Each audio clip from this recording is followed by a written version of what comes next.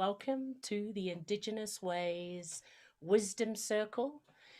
Indigenous Ways acknowledges the traditional caretakers, owners of country throughout Turtle Island, and pays respect to the elders past and present. We want to acknowledge the traditional owners and ancestors of these lands we reside on here in Santa Fe, New Mexico, the Pueblo people, and wherever you are beaming in from to acknowledge the traditional owners, caretakers, and ancestors of the lands that you are, that you can be here today. Thank you. And Indigenous Ways is dedicated to bridging cultural exchange with people globally. And we want to thank you for being with us live, either via Zoom or on one of our many social media platforms. If you're watching the recording of this, thank you all. Your time is precious and there is a lot going on. So the fact that you're here with us tonight means everything to us. Uh, so, our theme throughout this new series, starting January 2021, is thriving and purpose, going from rising and resilience when we started these virtual events on April 1st. This evening, we will be moderating this event with our gorgeous guest, Ivy, and Ivy Sanea, that's spelled S for Sam, Ahneya, Sanea. Hails from the Hopi and Tiwa lands. She comes from the Tobacco clan. And Ivy works at the Tucson School for the Deaf and Blind. And we are going to get a little glimpse of what Ivy's world looks like. So, hello, Ivy. How you doing this evening?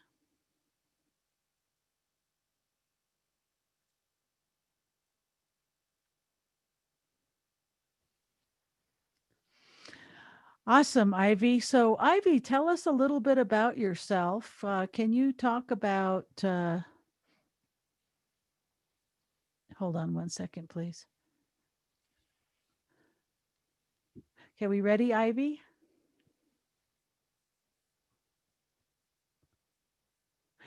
Okay, Ivy, can you tell us a little bit about yourself? Yes.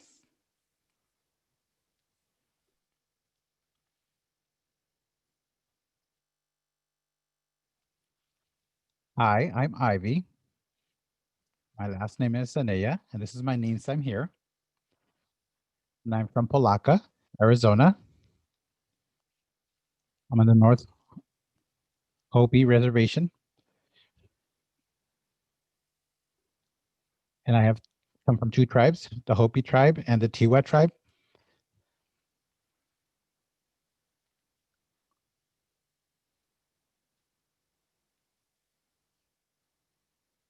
Now, the reason I bring up my tribes is because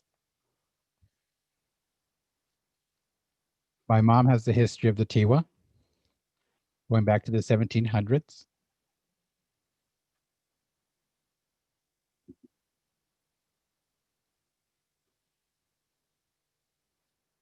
And there is a story that's part of history. And the Hopi people go back to the Mesa. And the Tiwa were also on the Mesa.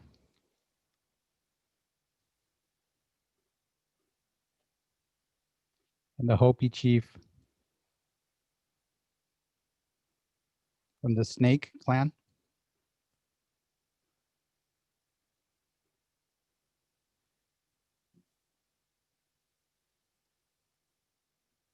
realized that that was the time during the railroad and there was a lot of genocide.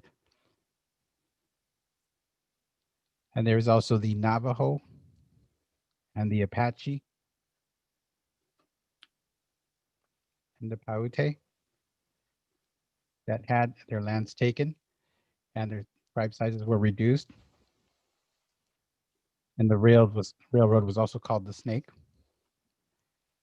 And so some warriors came together to deal with the situation that was happening. and realized that they needed help.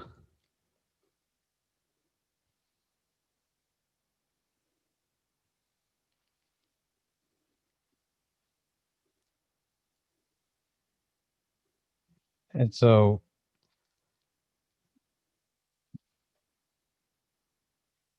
the Warriors decided that they need to do something powerful. And so a few of them runners from the Hopi area ran to the New Mexico area, to the Pueblo area.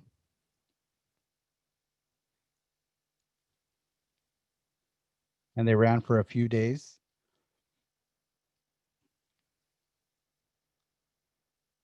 In search of warriors to help. And they went back to respond to the chief. And a couple times the chief responded that there was not enough warriors. And so they had to make several trips and several journeys. And so by the fourth time, they were able to find enough warriors. They found 4 clans. One was the Tobacco clan, and the other was the Corn clan, and also the Sun clan and the Bear clan. And it was in the Tiwa area of New Mexico, and they decided to help.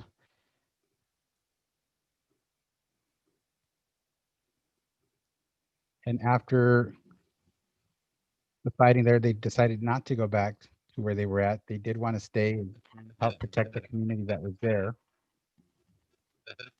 And the Hopi snake chief did invite them to stay.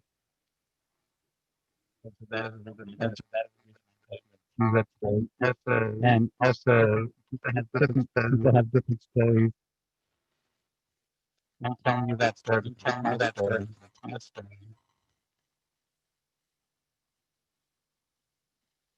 But I am more Tiva than I am Hopi. Although I am both Tiva and Hopi. And the Tobacco clan is Tiva, and I am proud of being in that clan. My name Ivy Shania.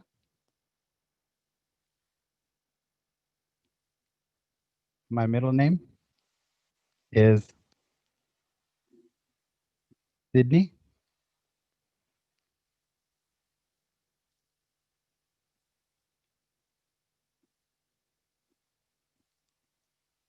And so my mom gave me that name from my great grandparents, as they were Sydney with an S, Sidney. And on my mom's mother also merged that name. So I have Ivy, my first name, and then my second name, Sydney. It sounds like it'd be spelled Sidney, but it's CY. And then also my last name, Sanea.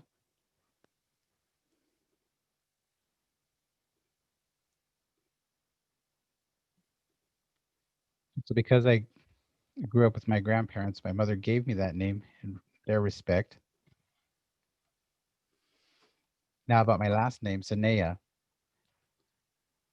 It means watermelon in the Tiwa language.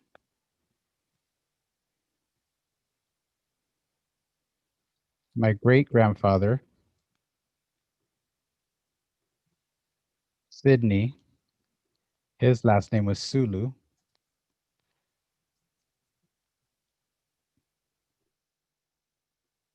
And he worked really hard at growing watermelon. And that was a challenging thing to do. So he was given the name Sanea, which is where my last name came from, to honor the watermelon.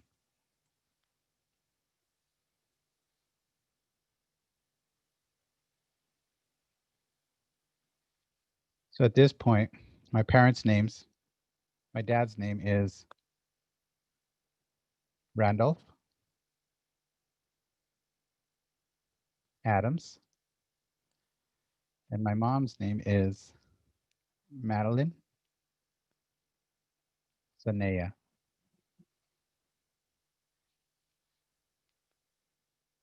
And I have one older half brother, and I have two full siblings. So I have two brothers and a sister. And right now it's two of us because my older sister, and her name is Branyan Lars. She passed just recently. She passed 16 years ago in 2003 of an automobile accident, and was in law enforcement, was a real good person and had a tender heart. So it was a tragic loss. So now I have two siblings, my brother Richie and my sister Iva.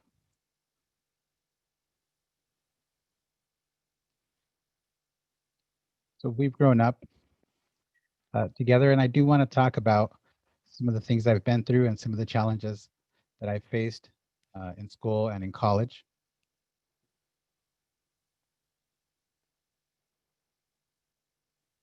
Now, when I was born, uh, no one knew that I was deaf. No one really paid attention if I could hear or not, right? And they didn't believe that I couldn't hear at first, even though it may have seemed like it. So when I was 2 years old, it just so happened, and excuse me just a second.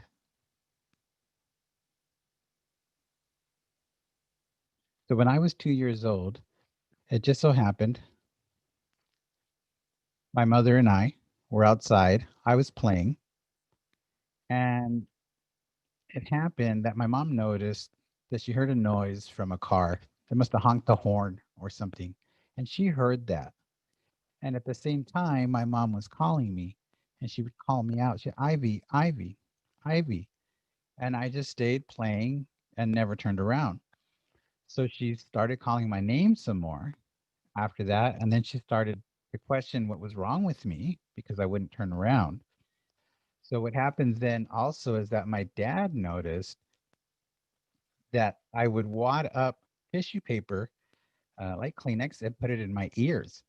And so they both started talking about these things that they were seeing, and they decided to take me to the hospital. And that was a hospital in Keams Canyon, which is a hospital that's been there quite some long time. It's an old hospital. And they weren't able to figure things out there. So then we went to Flagstaff for a specialist who was an audiologist and gave me an exam. And then they figured out that I was deaf, completely deaf. It was shocking to my parents. Now, my parents accepted me for who I am and accepted my deaf identity. My parents were very assertive. So they started taking sign language classes, and then they started figuring out how they could start teaching me. And the first time I learned sign is when I was 3 years old. And I realized now that that was thanks to my parents for them being very assertive and getting involved in learning. And I also started going to school to Head Start, but I still struggled because I was the only deaf student in a mix of hearing students. And at that time, there was no interpreters at all. And my parents worked um, uh, and in special education, and so they had some idea of educational materials and how to provide deaf education, and were able to improve their awareness on that. And so my parents did work through that. And so I was in Head Start for the first few years, first 2 years. And one of my teachers called me dumb, right? Because they thought I had less of an education because I couldn't hear and because of my deafness. And my mom really challenged that notion. She knew that I had intelligence and that it would show up in time and that things would be all right. So then in kindergarten, a teacher by the name of Sue Jordan, Jordine, and this was Sue's name sign here. She was white and had curly hair. But Sue had learned some sign and was fluent in ASL and was friendly and very helpful and helped me make progress in my signing skills. And Sue is teaching me sign, and the classmates here were hearing, and she also taught them sign. She figured it would help everyone to communicate together and even the playing field. And so that was in kindergarten. First grade, I had the same teacher again. And in second grade, my parents decided that I didn't have sign language interpreters and the classes available to me. So I had to repeat that second grade again. So I had that same teacher again. And then for third grade, I went to a different school. And that was at Holbrook Community, about an hour and a half drive away from where we were at. But they had resources, interpreters, deaf teachers, and whatnot, which meant that from second grade to fifth grade, for those years, it was very challenging for my parents. They had to get up at 4:30 in the morning and get dressed and get ready to get me on the bus. Uh, to make sure that I get there.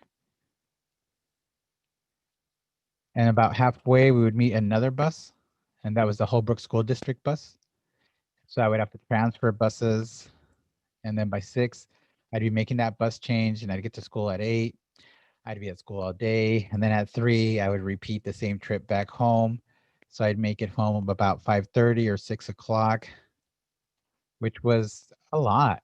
And of course, I was tired and sleepy, but that was third grade, fourth grade, fifth grade, and I made it through those years. And I was also learning how to lip read at that time and how to use hearing aids and how to use them. And also in the class, they were teaching sign language. There was a mixed group of kids there. And so those services were provided. And then moving on to sixth grade, I was able to attend a different school, and that was Jedito School. I transferred there, and they had interpreter services there.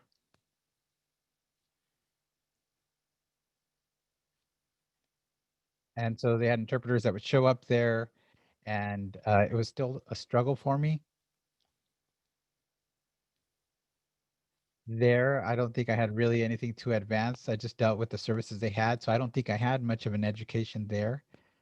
But the one thing I don't understand, I just didn't understand what things meant because there really wasn't that access, which of course meant that I got into a little more trouble in sixth grade, seventh grade, and eighth grade. I got into trouble during those years, and I had a struggle, and really just didn't care about education. I'd have to say I was a bad girl at that point, but yeah, sixth grade, seventh grade, and of course, again during that sixth grade time, maybe a little bit after that, I was able to go to Washington D.C. on a trip for the first time. And I remember just looking around, meeting some people that were hard of hearing. And I had an interpreter there named Emil or Emily. And Emily said, let's go visit Gallaudet. And that was my first time ever going to Gallaudet University.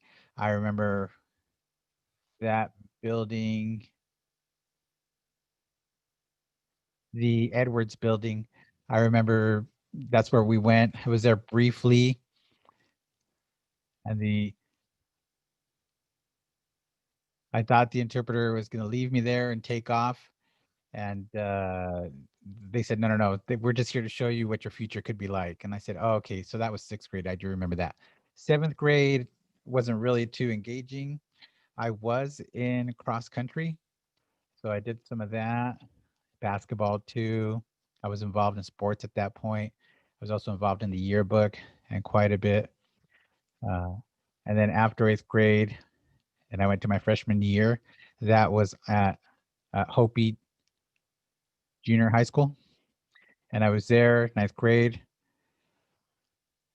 And I had different types of teachers there. Of course, throughout my life, I've had different types of teachers. I've worked with different types of interpreters and also deaf teachers who work with deaf students. And there I was able to meet a Navajo teacher named Jennifer Mishakai. And she worked with me there and helped me. And she tried encouraging me again uh, and made me aware of my rights. And like I said, I had experience with several different interpreters. Emily was there, and then another interpreter named Kathy. There were a couple different interpreters throughout the program there. Jennifer helped me along my way in my education. She did help me improve. She helped me with my English and reading. I struggled at that point. I was at a third grade level and I wanted to improve. And I was stubborn. Uh, I didn't care about education in the beginning, right? So yeah, that was freshman year. I remember having an IEP session that involved my parents. And Jennifer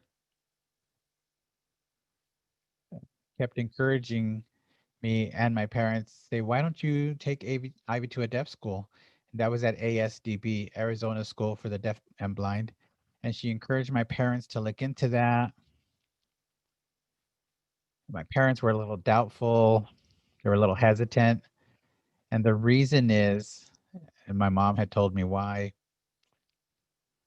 is because at ASDB, I did visit once when I was young, when I was in elementary school age. They told me that we visited and they didn't have too many deaf people at the time. They had more blind people at the time. And so it didn't seem like it would be a good fit. And they said even I didn't indicate that I felt comfortable there. And so they figured they would revisit it.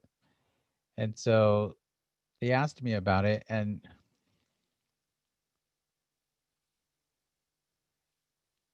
my mom talked to people there in the special education department, and they would ask if I wanted to go, and my mom would refuse because I was too young. And that's back then when it was elementary school. And I realized my mom wanted me to learn indigenous culture first before going somewhere else. That was really my mom's main concern. She thought that if I went to a school for the deaf, that I would be focused on learning deaf culture and I would lose my indigenous or native culture and I would identify differently and not indigenous. So my mom decided to make the most of me at home and teach me those indigenous ways and customs. And so that was one important reason why my parents um, kept me at home. But now back to in the ninth grade, that IEP meeting where Jennifer, again, they were reviewing my levels, right? And I must say, I was good at math, but I hated equations. Uh, but I was good at math. My literature, English, writing, and reading was more of a struggle. So at that IEP meeting, Jennifer, again, in the discussions, was mentioning that I could reach higher ed and that she wanted me to encourage me to be tough. And she encouraged me to strive and my parents. And she was able to express to my parents that the future, my future, if I go to college and I just stay at Hopi High School to my 12th grade year and graduate and don't go to college, right? If I stay there, I would stay at the level I was at.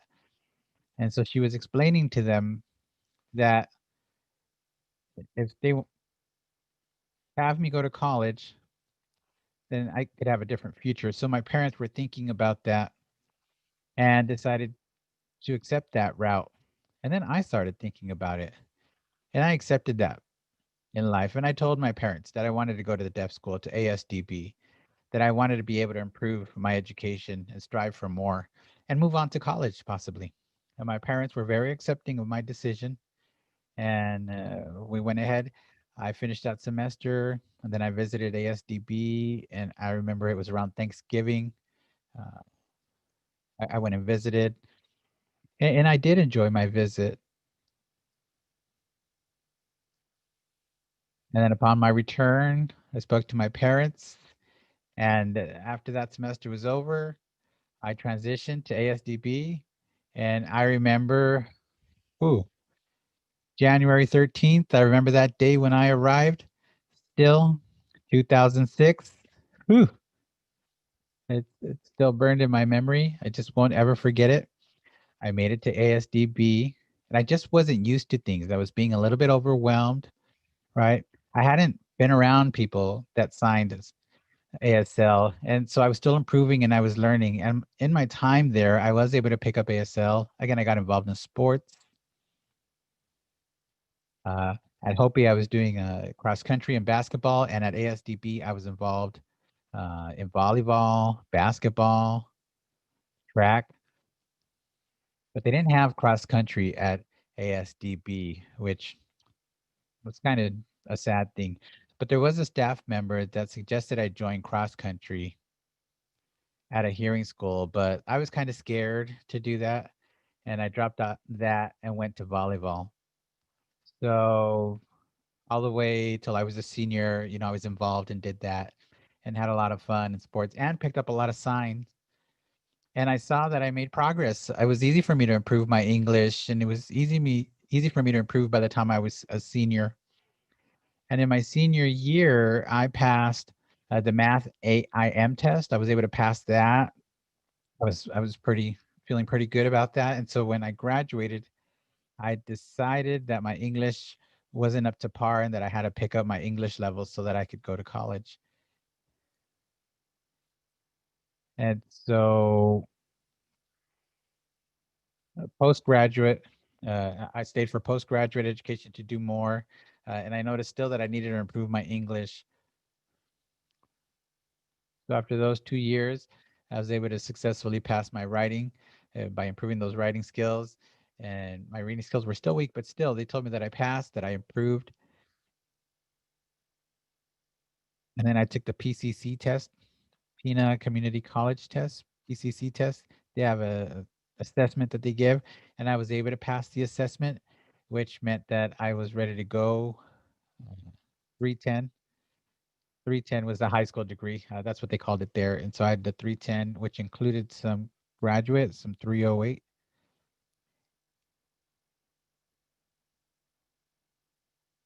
And so I graduated there in 2008. I had a scholarship. I graduated with honors. They didn't have a scholarship the following year that I could take. But when I went to PCC, Pima Community College, uh, it wasn't an easy process. It was challenging to be able to attend there. Looking back, it was a little bit traumatic. Like when I had my mainstream interpreter experience, that's what it was like at PCC. Now, the people were friendly, but there was a lot of hearing people. Everyone was hearing, and just one interpreter to be able to provide me support there. And they were real strict with their times. The tutoring time, I had to book things, and I had more of a struggle there at PCC. And then I decided, I was trying to study. I couldn't get through my homework. I was having a tough time. Plus, I was trying to work at the same time. And my mom encouraged me to drop out and focus more on my classes, to drop work and focus more on my classes. So I did that. But I must say, it just wasn't easy, and I was still failing. I failed one class twice. It did have to do with math. And I think the math teacher wasn't getting it across to me, and I was just experiencing frustration after frustration. And also with English and writing, uh, with the interpreter, uh, I just wouldn't get enough time. And it just wasn't easy because I couldn't get the tutoring I needed out of the interpreter services. So it was a rough 3 years at PCC, really rough 3 years. And I did give up. I gave up, and I decided I wanted a break. And I let the counselors know that I would take a break just to settle myself down, give myself a gap year. There was just so many challenges, one after another. I just couldn't make any groundway anywhere there. And so I did decide to take that year off and rest a bit. And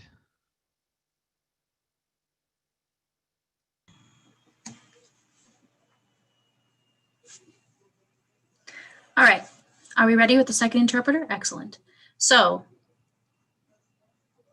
I decided to take that break, and I realized that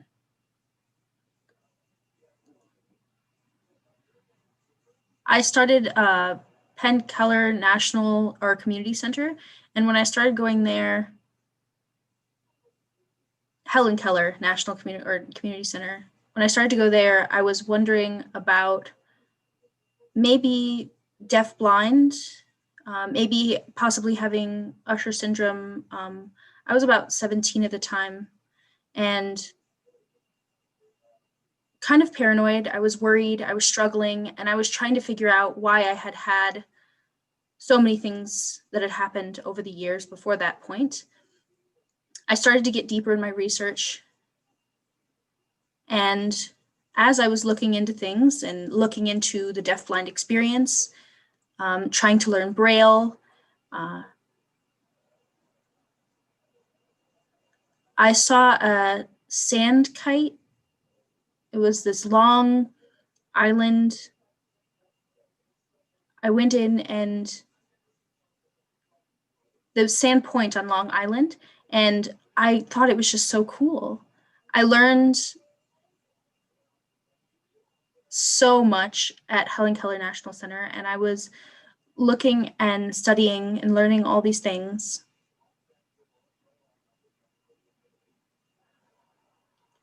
As I was learning Braille, it took me about 8 weeks, and then I had an evaluation. And then after that, I had to add some time. I didn't feel like I had enough experience. And Helen Keller National Center, it didn't seem to be going well. I didn't feel like I was improving my education. I didn't feel as independent. Really, the goal at the end was going to be improvement, and it wasn't good enough. So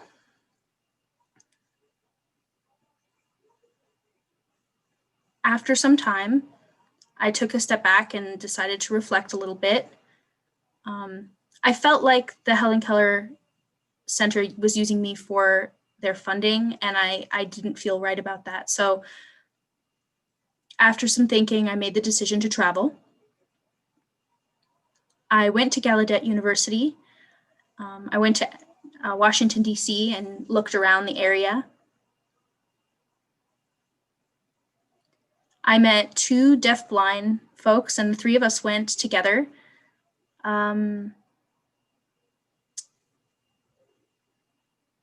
It was one of the buildings on campus. We were walking around, and as we were going along,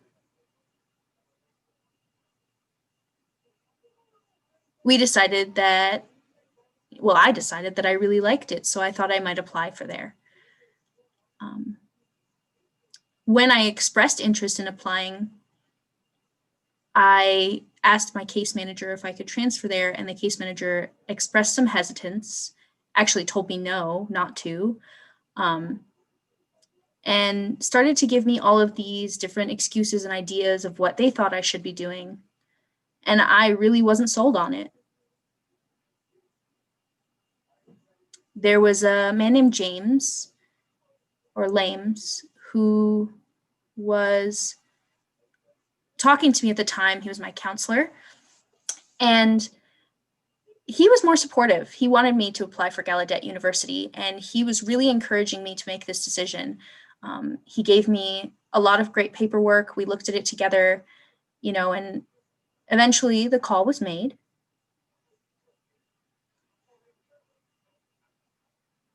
There were a lot of things that I needed to figure out. And, I was a little overwhelmed because there's a lot of paperwork to go through, a lot of things to fill out, a lot of red tape. And James was still there by my side, advocating for me, saying, no, you need to do this.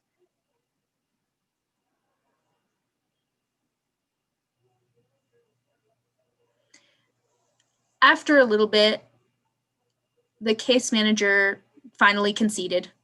We had a little bit of a struggle. They wanted to keep me. I said no. And as I'm getting all my things ready, making all the calls, putting all of my affairs in order to move out and start my education there, my credit card was declined.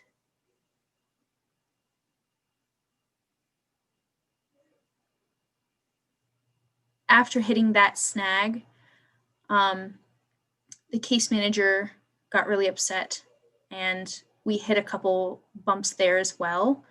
I was hoping and praying that I would be accepted to Gallaudet at this point, and I got a letter that said that they accepted me to Gallaudet University for the fall semester. So that was 2014, I believe. And I left. I went to Gallaudet. In 2014, I entered Gallaudet University, and I told the case manager that I would be leaving. August 2014, I headed out. I was still struggling a little bit. I got through all 4 years, and really those were, still a struggle, still a frustration. I still wanted to be involved in cross country, and I joined track and cross country. I had lots of nighttime practices, and running around the track as it started to get dark, I got frustrated.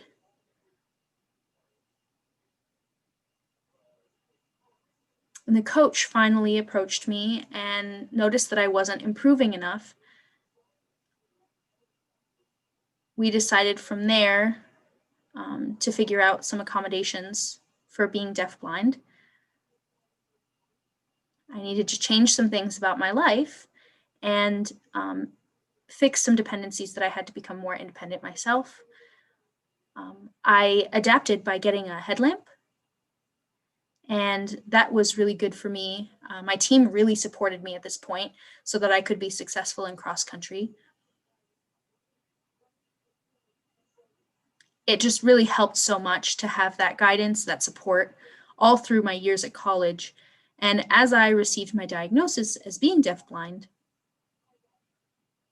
I felt that things just got better and better. I had access. I had so much help. I had cross country as my team to help and support me and be with me every step of the way. It felt like every struggle that I had, my team was there with me. So, sophomore year,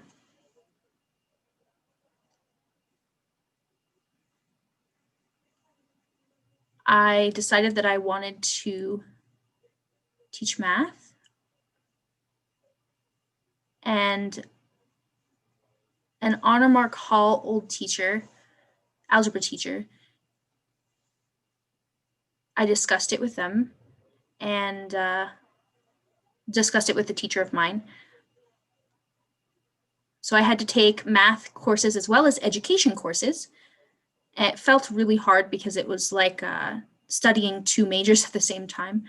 And really, the department at the time, the math teachers were letting me know that, I wasn't doing enough or I wasn't successful enough. And I was getting really frustrated at this point. So I decided to switch majors. I decided to do design, media design. And going into my sophomore, junior, and senior years, I started to really excel. I was incredibly thrilled. A lot of the other students were very friendly.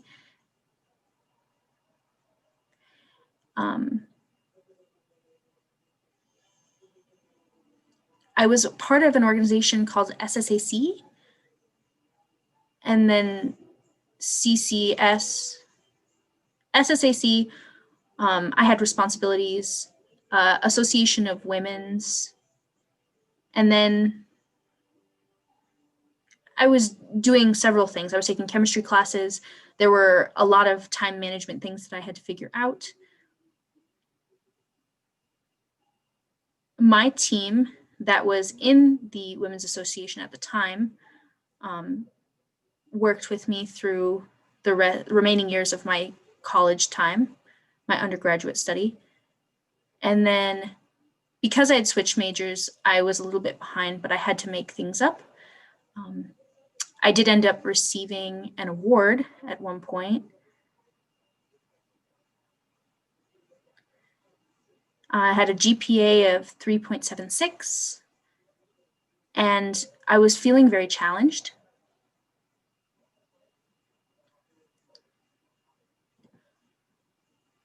I was failing some math courses, and it felt like the equations were my problem yet again. I was struggling through it. I was working really hard. You know, I was fighting through this block that I had. And let's see, I was also still involved in sports. And I received some awards and scholarships because of my sport involvement. When I went home for vacation, I really felt worn out because I had been doing so much and holding myself at such a standard that there really was nothing left for me anymore. I needed a break. I needed to live simply. I needed to push away all of this academic stress and this trauma that I experienced recently. I was close to graduation and I was hit by a car. And it was 6 months before I graduated. And that was a really difficult time. And I was searching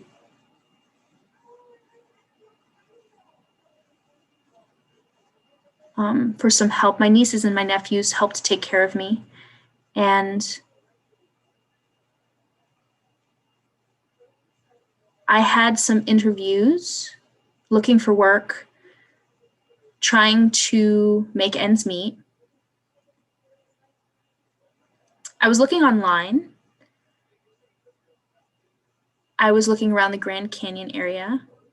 I saw that there was a dorm that was hiring. And that just happened to be at the School for the Deaf and Blind that I work now. And I noticed that there were some really wonderful resources. And it felt like a really good decision.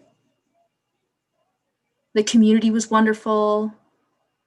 All of these challenges and things that I had come up against in the past, it felt like I could be honest about that, especially when I was interviewing. And as I was going through and making the decision to start this job,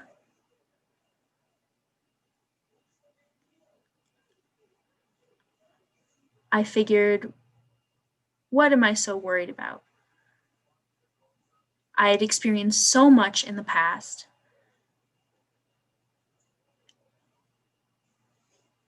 And so I started working. I packed everything up on a Friday and I went to Tucson. I had to get moved into a new area. I had to, meet some people. I was up all night setting everything up. It was really frustrating. That was a struggle. It isn't great to be up all night. I struggle when I don't have sleep. It's important for me to be able to sleep. And now working with kids, it's incredibly rewarding. Thank you so much, Ivy. Wow.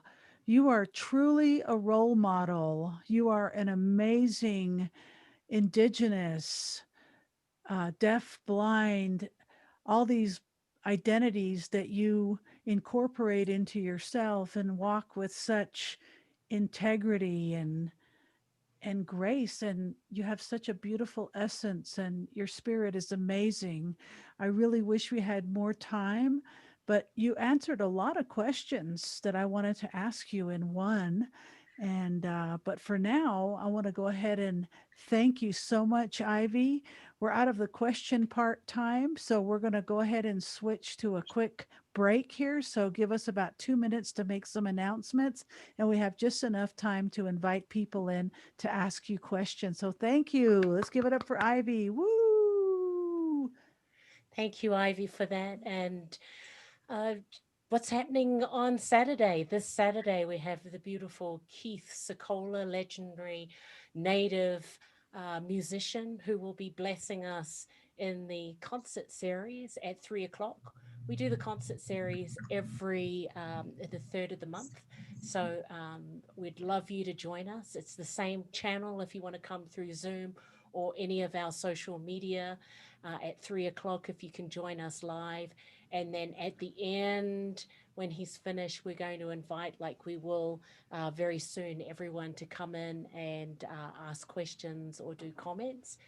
The next Wednesday, we've got the beautiful Carita Coffee, who will be here same time, 6 o'clock on the 20th.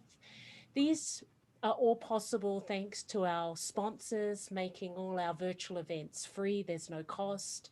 Also, all our events have ASL interpreters, making access available for all. We started the 1st of April last year with the theme of Rising in Resilience 2021, as the beautiful Ivy was sharing about her journey and thriving and her amazing purpose of what she took us on. But all of these events are possible thanks to the Native American ad- advised Fund, the New Mexico Arts, WestAF, and the Santa Fe Community Foundation. Also, these are possible because of our incredible individual sponsors. So, thank you for supporting us. If you want to know more, please, above my head is our website, IndigenousWays.org. And there you will find those artists that are coming up, more about Ivy and all the amazing things that we have been doing through this circle. A lot of you know that we have been doing emergency relief runs to Black Mountain in Arizona. We last week did our 6th run, dropping off emergency supplies, PPE, food, firewood, water. We just did our COVID test today, and we've been negative after isolating. And so we will be going at the end of February, taking supplies again up to Black Mountain, also to the McKinley and San Juan counties. If you want to know more, contact us. Hello at IndigenousWays.org. If you know of people out in those areas in New Mexico and also where we're going in Arizona. All of this is possible because of your belief in what we're doing, whether that be in the Indigenous Ways virtual events where we are now, or through the Black Mountain Relief Run. If you are able to donate in this time, we know that there's so much difficulty out there, why we're doing a lot of things we're doing, and you're able to donate, the information is there on our website. Also, we have PayPal and Venmo. Now, in saying that, it's this wonderful time that if you're in Zoom and you want to speak to Ivy, you might have something to say or a question for her. It's that time that we encourage you to turn your cameras on when you find them. While you're doing that, I just want to go to our social media. Thank you, Ivy, for pushing this and all your friends. We've had a lot of people in through social media. So while people are in Zoom turning on their cameras or finding where they are, I want to go to Janie Immerman, who is in New York. Janie says, "You, Ivy, are a power of example to never give up." Narissa Bond, who is in Norfolk, Virginia. in Virginia, she says, "Powerful woman. Thank you for taking us on your amazing journey." She says, "Thank you, Ivy." And then also we have some Clarissa Amy, I hope I'm saying that right, who is in Mesa, Arizona. She says, "Wow, Ivy, you are amazing. I am so proud of you." Little sis. So we're assuming that's your family. Okay, everybody, let's go ahead and get started with whoever wants to start. If we don't hear from anybody, I'll call some names. If you want to join, please do. Anybody? Caleb Wolf.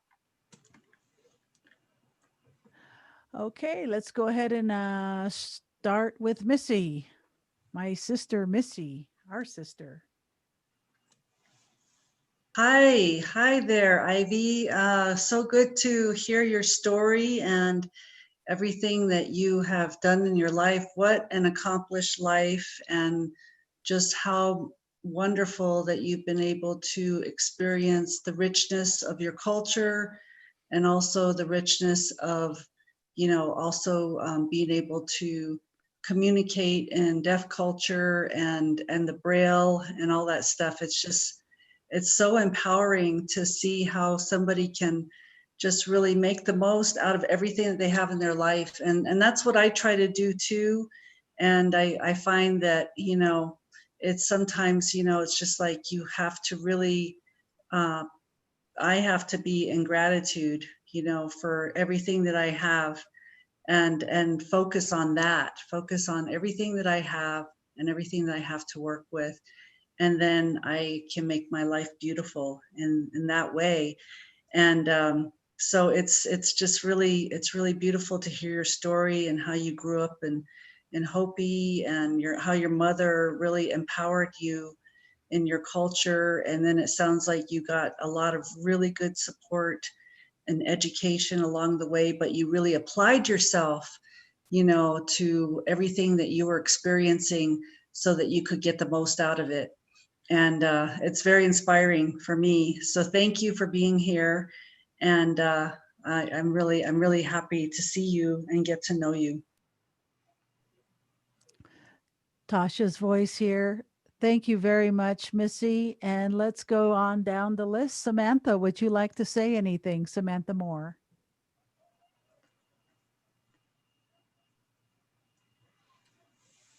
Hi, Ivy. I just wanted to say that I grew up in a similar way. And even though I don't know you and never met you, it's nice to have the opportunity to hear your story and get this opportunity to see your story because it really was a beautiful story.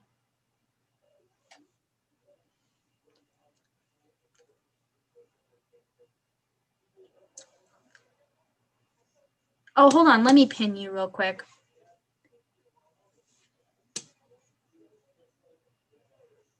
Samantha asked, can somebody Does somebody want spotlight to me? spotlight me? Hello?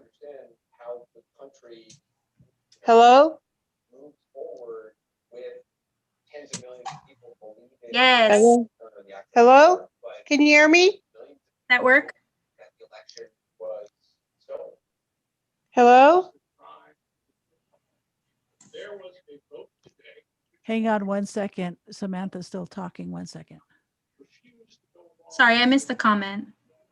Can Ivy see me? Samantha's asking. Can anyone see me? Are we good? This is Tosh. We can see you, Samantha.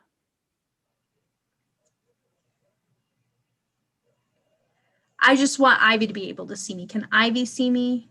Because I want to make sure she can.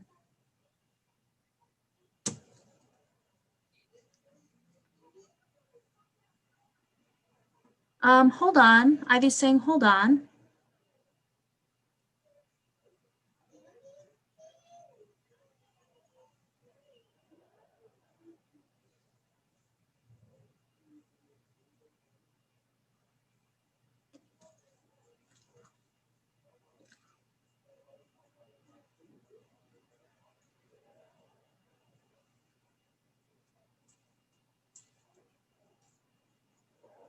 Yeah, go ahead. Go ahead with your comment.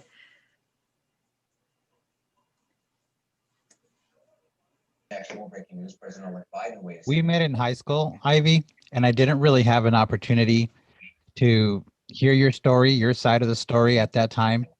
So I'm able to hear your story now, and I see all your growth. And I'm very curious, Ivy, to ask you, growing up, you learned traditional indigenous ways. Do you feel that along the way, you also learned deaf culture? And now that you see both the indigenous ways and you see deaf culture, and you see those both extents together, are you meeting more indigenous deaf tribal individuals? Are you meeting more deaf indigenous people is what I'm asking. Yeah. Yeah.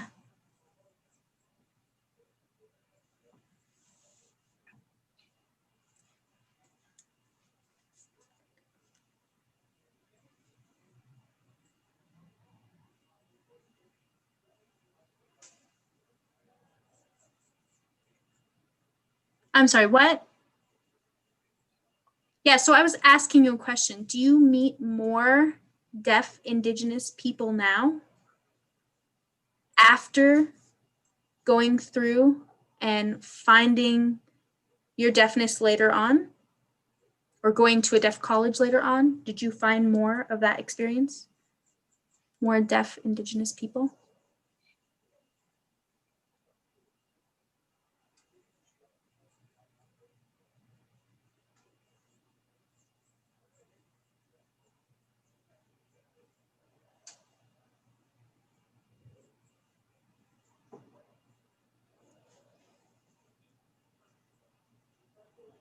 Okay, hi, this is Tosh. I'm wondering if Ivy can see us. Okay. Yeah, of course. I can see you clearly. It's totally good.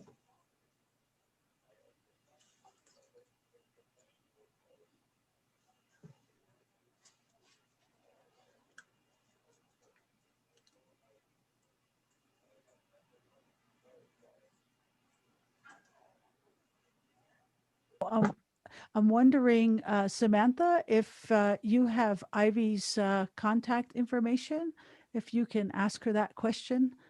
Do you think that might be a good idea to ask her? Okay, that's cool. Yeah, All right. absolutely. I can do that. Okay, and let's see. Judy wants to say something. Yeah, let's change the spotlight real quick. Okay, thank you, Samantha. I wanted to thank Ivy for your talk, and I'm amazed by your persistence and how you overcame obstacles and were able to have so many allies to help you along. And I was going to ask you what teaching is like, but I think we're running out of time. But I'd love to hear that sometime. All right, this is Tasha's voice. Thank you very much, Judy. And Autumn did want to say something. So, Autumn, would you like to say something?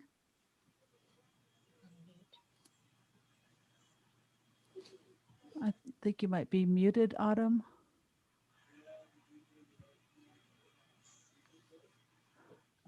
Hello, we can't hear.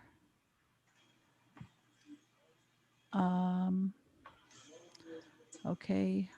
Hello, Autumn.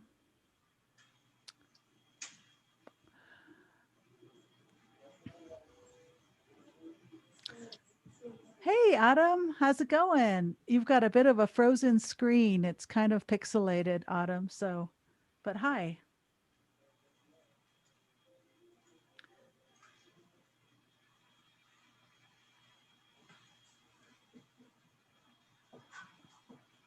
Kind of freezing up a little.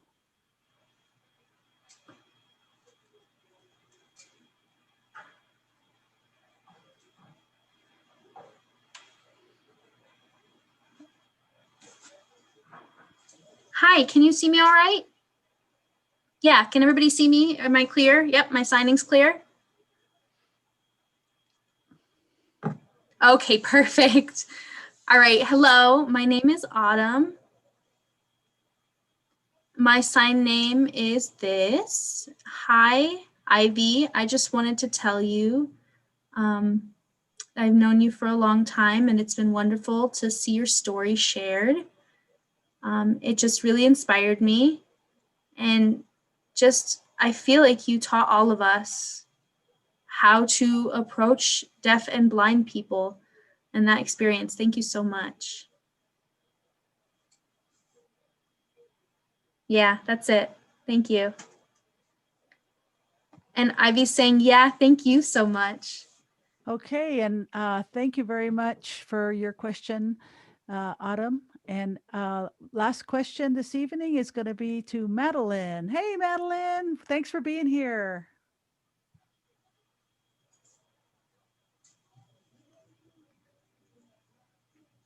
Are you unmuted, Madeline?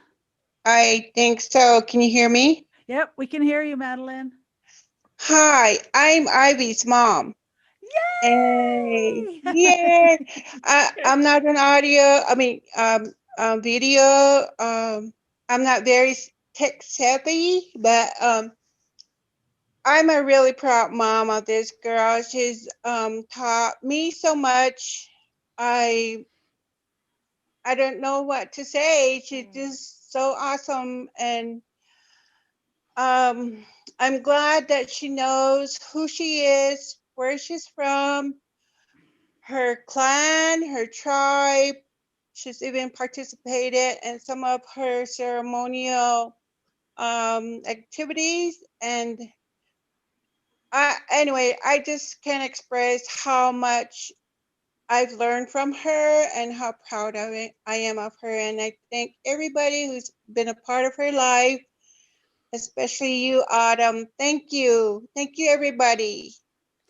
Thank you, Madeline. Thank you you, so Madeline. much. What a great way to finish this evening by having Ivy's mother, Madeline, in. And as Ivy said, a lot of her journey as an empowered Tewa, Hopi woman has been through the love of her parents. Yes. So thank you, Madeline, for all Yes. that you have done. Thank you, Ivy, for the extraordinary journey of you showing us of how you have thrived, your extraordinary purpose as an empowered Indigenous woman, and sharing a little bit of that with us this evening. Before I hand it over to Tash, I want to take the time to thank everyone who has come in through Zoom. For those of you who braved enough to turn on your cameras, thank you for being with us. Those who are behind the cameras, thank you. I want to give a shout out to Madeline figuring out the technology. You're here, you're here, you're here. I also want to acknowledge, and this is because of Ivy and her post, your other amazing daughter, Iva. Congratulations on your nursing and what you have achieved. Two amazing children. I know you have more children, but very honored in that. If you are in our social media, thank you so much for blessing us with your synergy tonight. Aline, who is in our YouTube, has got all these stars. That's for you, Ivy, all these stars and shining bright. And if you're watching the recording of this, thank you. This recording will be available in the next 24 hours in our Indigenous Ways with all the other 70 Indigenous presenters and artists that we have supported since April 1st. And with that, thank you, Tash. I'm just going to say really quick that I have so much respect for the Hopi tribe. I have so much respect for all the 19 different pueblos.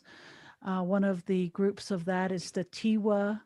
So thank you all, Indigenous pueblos of these lands. We have some of you here with us tonight. One of our board members is here tonight, Sheila Martinez. She's the honorable judge from San Ildefonso Pueblo.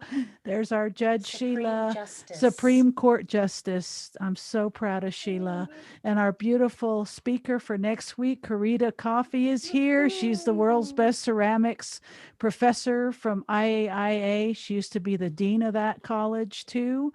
Karita's a full-blood Comanche, man. These Comanches, let me tell you, she's going to tell us some stories next week, you all. So everybody, we want to thank you all for joining us tonight. Sarah Youngbear, Arletta, which is A on the chin, all of you, we love you so much. Thank you so much for being with us tonight. And we're going to keep this going. And Ivy, let's give it up for Ivy. She's an amazing role model for all of us. Ivy, you are a rock star. I love you. We're so happy and honored to know you. We'd love to have you back on our show again in the future, Ivy. You did a fabulous, spectacular job. Thank you. Blessings. Everyone be safe, be well. We'll look forward to seeing you all on Saturday with the beautiful Kisakola Indian car. And one more time, let's give it up for the beautiful Ivy. Ivy. Thank you, our awesome interpreters as well. Oh my God, our interpreters rock. Thank you.